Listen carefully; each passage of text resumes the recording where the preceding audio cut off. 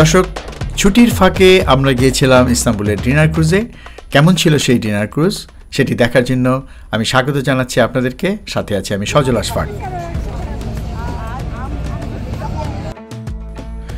দর্শক, আমরা ছিলাম পুরনো ইস্তাম্বুলে, সেখান থেকে আমরা ট্যাক্সি করে এখানে এসেছি। আসলে এখানে আসার জন্য ট্রাম হচ্ছে ভালো পরিবহন।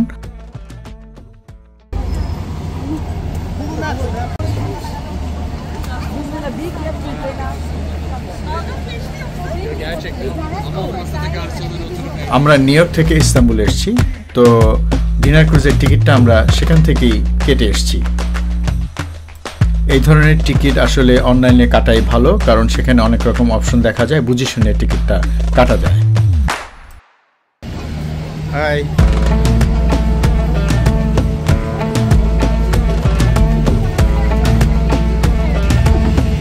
আমরা একটা ডিনার ক্রুজে যাচ্ছি।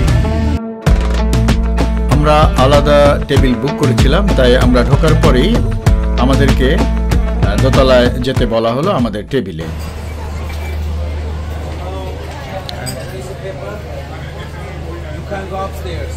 ওকে, থ্যাংক ইউ।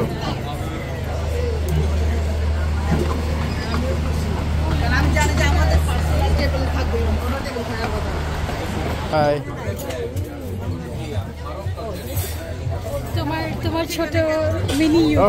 নির্দিষ্ট টেবিলে পৌঁছানোর পর দেখলাম সেখানে অলরেডি অ্যাপিটাইজার সার্ভ করা আছে। আমাদের টেবিল নাম্বার ছিল 55, তো আমরা সেখানে আসন গ্রহণ করলাম। জান বসো। পরিবেশটা খুবই ভালো ছিল, প্রচুর খাবার এবং সফট ড্রিঙ্কস যত ইচ্ছা। তো আমরা অপেক্ষা করছি। এখানে কি কি দিচ্ছে? আলু ভর্তা, হামুস, আর এগুলো যে কিসের কিসের ভর্তা আমি তো বুঝতেছি না। হামুসটা মজা। এটা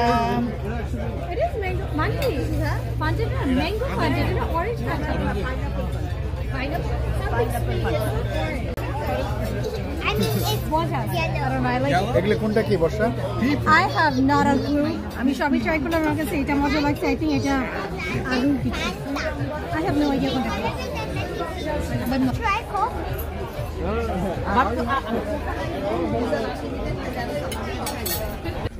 ইতোমধ্যে পছন্দের খাবার অর্ডার করা হয়ে গেছে, খাবার আসতেও শুরু করেছে। একটা কথা বলে রাখি, আমাদের এই ভ্রমণে কিন্তু আমাদের সাথে ছিল বাচ্চা কাচ্চা মিলিয়ে মোট 9 জন। বিশাল লটবহর বলা যায়। ফটো সেশন চলতে চলতে একজন শিল্পী এসে উপস্থিত হলেন স্টেজে।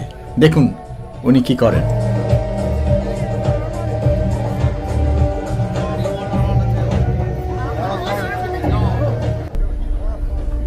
দর্শক, শুরুতে একটা কথা বলে রাখি, আমরা কিভাবে এই মেগা লুফের ইয়াটস এই ডিনার ক্রুজের খোঁজ পেলাম সেটা আপনাদেরকে আমাদের এই ভিডিওর একদম শেষ প্রান্তে বিস্তারিত বলে দেব।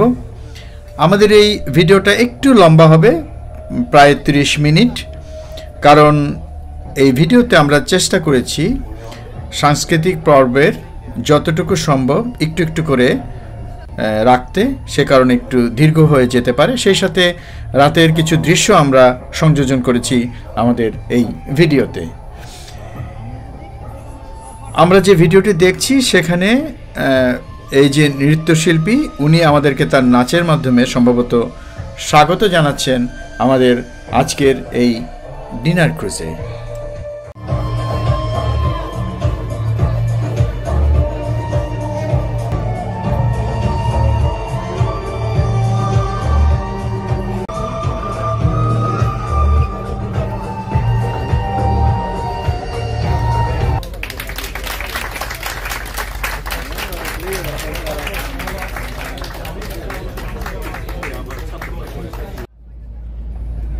এটা জাহাজের বাইরে বসফরাসের রাতের দৃশ্য। এটা বসফরাস প্রণালী, তার উপর দিয়ে চলছে আমাদের রাতের জাহাজ। অনেকে ছবি তুলছেন, কেউ কেউ বাইরের দৃশ্য দেখছেন, বাইরের দৃশ্য অনেক সুন্দর। বসফরাসের দুই প্রান্তে একদিকে ইউরোপ আর একদিকে এশিয়া, অসাধারণ সুন্দর সদৃশ্য, বিভিন্ন প্রাসাদ, বিভিন্ন বাড়িঘর, আলোকোজ্জ্বল অন্যভাবে ধরা পড়ে এই রাতের বসফরাস।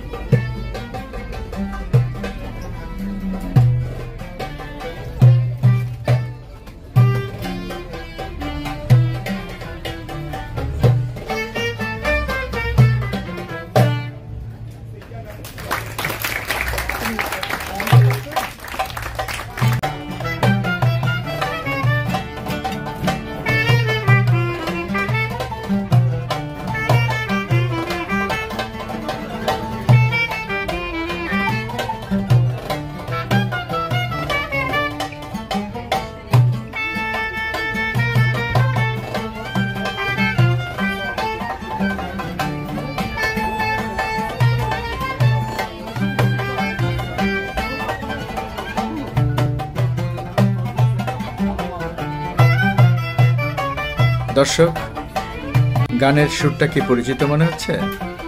হ্যাঁ, ঠিক ধরেছেন, নজরুল সঙ্গীত। আমাদের জাতীয় কবি কাজী নজরুল ইসলাম যেহেতু তুর্কি সঙ্গীতের সাথে খুব পরিচিত ছিলেন, তাই তার সৃষ্টিতেও যে তার একটা প্রভাব ছিল তার প্রমাণ মিলল আজ। এটি ডলমাবাহচে প্রাসাদ, ইস্তাম্বুলের বসফরাস প্রণালীর ইউরোপীয় তীরে অবস্থিত। এই প্রাসাদটি ছিল অটোমান সাম্রাজ্যের অন্যতম বিলাসবহুল ও প্রশাসনিক কেন্দ্র।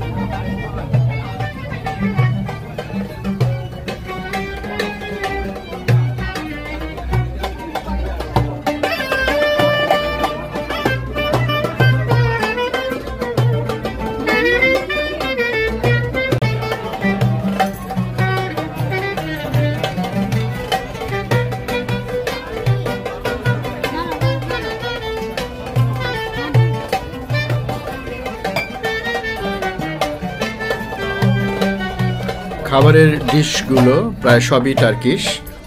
তো নতুন জায়গায় গেলে আপনি নতুন খাবার পছন্দ করবেন, সেই জায়গার খাবার পছন্দ করবেন, সেটাই স্বাভাবিক, সেটাই খেয়ে দেখবেন, সেটাই হওয়া উচিত। তো এক্ষেত্রেও তাই, যে সব খাবারই যে সবার পছন্দ হয়েছে তা নয়, তবে কেউ কেউ অনেক পছন্দ করেছেন, কেউ কেউ খুব বেশি পছন্দ করেননি। তবে খাবার দাবারের অর্ডারের বিষয়টা আসলে আমার স্ত্রী শিমুল সবসময় দেখেন, সেই পছন্দ করে দেন। এক্ষেত্রেও শিমুলের কাছ থেকেই আমি শুনবো খাবারের বিষয়ে, কারণ খাবারগুলো আসলে সেই ভালো চেনে। চলে এসছে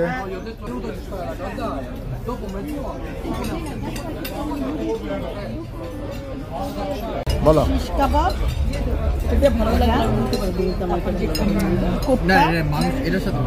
rice, mash potato, tomato and roasted capsicum.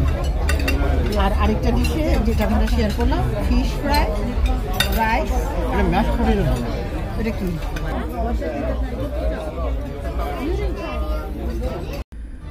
খেতে খেতে চোখের সামনে শুরু হয়ে গেল নানা ধরনের নাচ।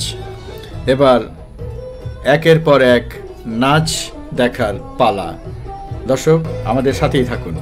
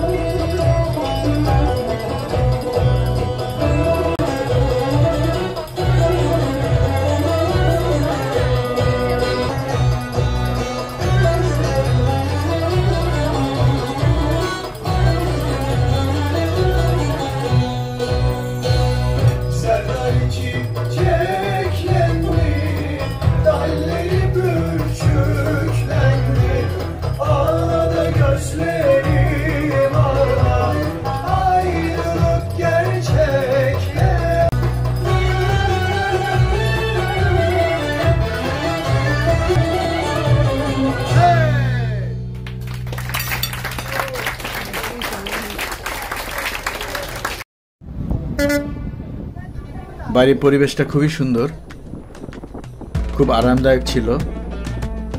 বসফরাস প্রণালী ইস্তাম্বুলকে দুই ভাগে বিভক্ত করেছে, এক পাশে ইউরোপ, অন্য পাশে এশিয়া। এই দুই মহাদেশের মধ্যে অবিরাম যোগাযোগ রক্ষা করে চলেছে এই সেতু।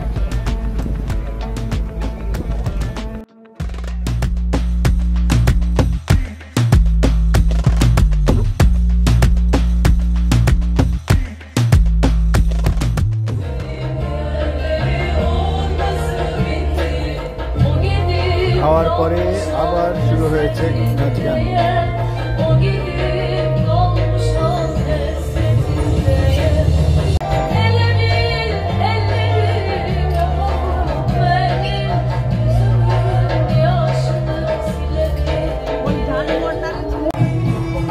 তোমার ফেভারিট ডান্সটা?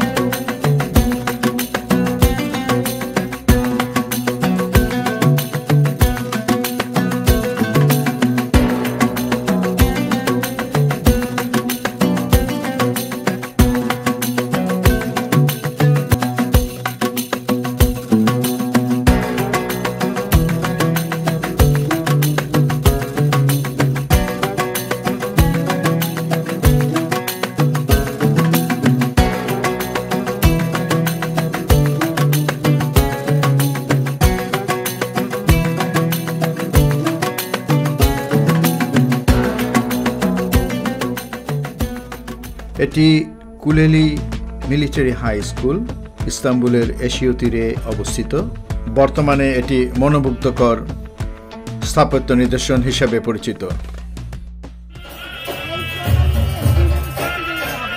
এআর রহমানের মিউজিক। আম্মা আম্মা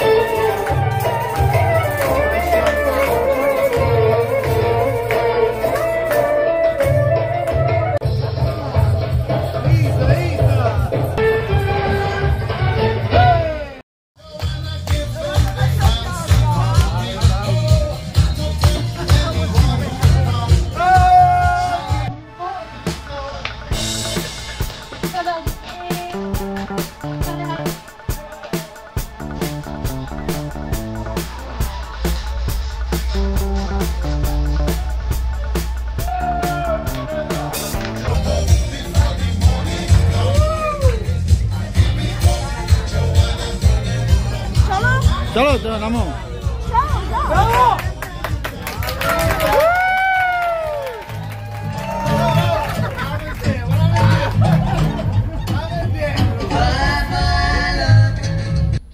তিন ঘন্টার ডিনার ক্রুজ শেষ হলো। আমরা আবার এসে পৌঁছেছি আমাদের ঘাটে। সেখান থেকে আমরা ট্রামে করে চলে যাব আমাদের হোটেলে, সেটাই সিদ্ধান্ত হয়েছে। কারণ যাওয়ার সময় আমরা ট্রামেই যাব, কারণ এই যে জায়গাটি দেখছেন এখান থেকে ট্রাম স্টেশন খুবই কাছে। তো আমরা ট্রাম স্টেশনে যেয়ে সেখানে কার্ট করেছি এবং কার্ট করে আমরা সেখান থেকে ট্রামে উঠে পড়েছি। তো ট্রামে ওঠার সময় একটা জিনিস লক্ষ্য রাখবেন, আপনারা কার্টটা নিজেরাই করবেন। আপনারা ক্রেডিট কার্ড দিয়ে করতে পারেন, ক্যাশে করতে পারেন, তবে কখনোই আপনার ক্রেডিট কার্ড বা ক্যাশ কারো কাছে দেবেন না। আপনি নিজেই সেটা করবেন এবং নিজে সেটা করতেও পারবেন, অন্য কারো সহযোগিতার দরকার নাই। কারণ এ বিষয়ে এখানে অনেক বেশি অনেক লোক আছে আপনাকে ঠকানোর জন্য, কাজে আপনি কখনোই সেই সুযোগটা তাদেরকে দেবেন না। অনেক রকম ফ্রড হয় এখানে। তো আমরা ট্রামের মধ্যে আছি এখন।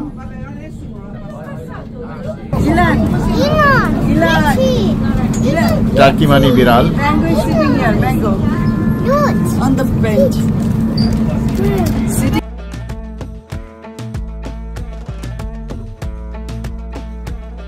ট্রাম থেকে নেমে পড়েছি, এখন একটুখানি হাঁটতে হবে, হেঁটেই আমরা পৌঁছে যাব আমাদের হোটেলে। আমরা ছিলাম ইউরোপিয়ান সাইডে, মানে ওল্ড সিটিতে। দর্শক, আমি শুরুতেই বলেছিলাম আমরা কিভাবে এই ডিনার ক্রুজের খোঁজ পেলাম, কিভাবে তাদের সাথে যোগাযোগ করলাম এবং কিভাবে সেখানে পৌঁছলাম সেটা বলবো। এবার আপনাদেরকে আমি সেটাই দেখাচ্ছি। আপনি ওয়েবসাইটে গেলেই দেখতে পাবেন মেগালুফের ইয়াটস, এবং সেখানে আপনি যদি গুগল ম্যাপে যান খুব সহজেই আপনাকে দেখিয়ে দিবে কিভাবে সেখানে যাবেন। আপনি যদি ট্রামে যান তাহলে আপনাকে নামতে হবে কাবাতাস। কাবাতাসে নেমে রাস্তা পার হয়ে উল্টা দিকে গেলেই আপনি খুব সহজেই 1 মিনিটের হাঁটা আপনি পৌঁছে যাবেন আপনার গন্তব্যে, যেখান থেকে আপনি এই শিপে উঠবেন। তো ছবিতে সেটা খুব সুন্দরভাবে দেখা যাচ্ছে। গুগল ম্যাপ আপনাকে এভাবে সহযোগিতা করতে পারে। এটা দিনের বেলার চিত্র। ওই যে দূরে দেখা যাচ্ছে আমার কারসারটা, সেটা হচ্ছে যে কাবাতাস ট্রাম স্টেশন। সেখানে আপনি নামবেন, নেমে রাস্তা পার হয়ে এই পাশে চলে আসবেন। আসলেই দেখবেন একটা পেট্রোল পাম্প আছে। আমি পেট্রোল পাম্পটা দেখাচ্ছি। এই যে পেট্রোল পাম্প, এই পেট্রোল পাম্পের পিছনেই জাহাজগুলো ভিড়ানো থাকে। পেট্রোল পাম্পের অদূরে একটা মসজিদ দেখা যাচ্ছে, সেটিকেও অনেক সময় মিটিং পয়েন্ট হিসাবে বলে থাকে। মেগা লুফের ইয়াটসের ওয়েবসাইটে গেলেই আপনি বিস্তারিত সব তথ্য পেয়ে যাবেন। আমাদের এইসব বুকিংয়ের কাজটি করে থাকে আমার স্ত্রী শিমুল। সে ব্যাপারে খুবই পারদর্শী। সে এক্সপেডিয়া দিয়ে কাজটা করে। আপনি টার্কিশ ট্রামের ওয়েবসাইটে যেও বুঝতে পারবেন কিভাবে আপনি আপনার গন্তব্যে পৌঁছবেন। দর্শক, আজ এখানে বিদায় নিচ্ছি। সবাই ভালো থাকবেন, সুস্থ থাকবেন। আবার দেখা হবে। আল্লাহ হাফেজ।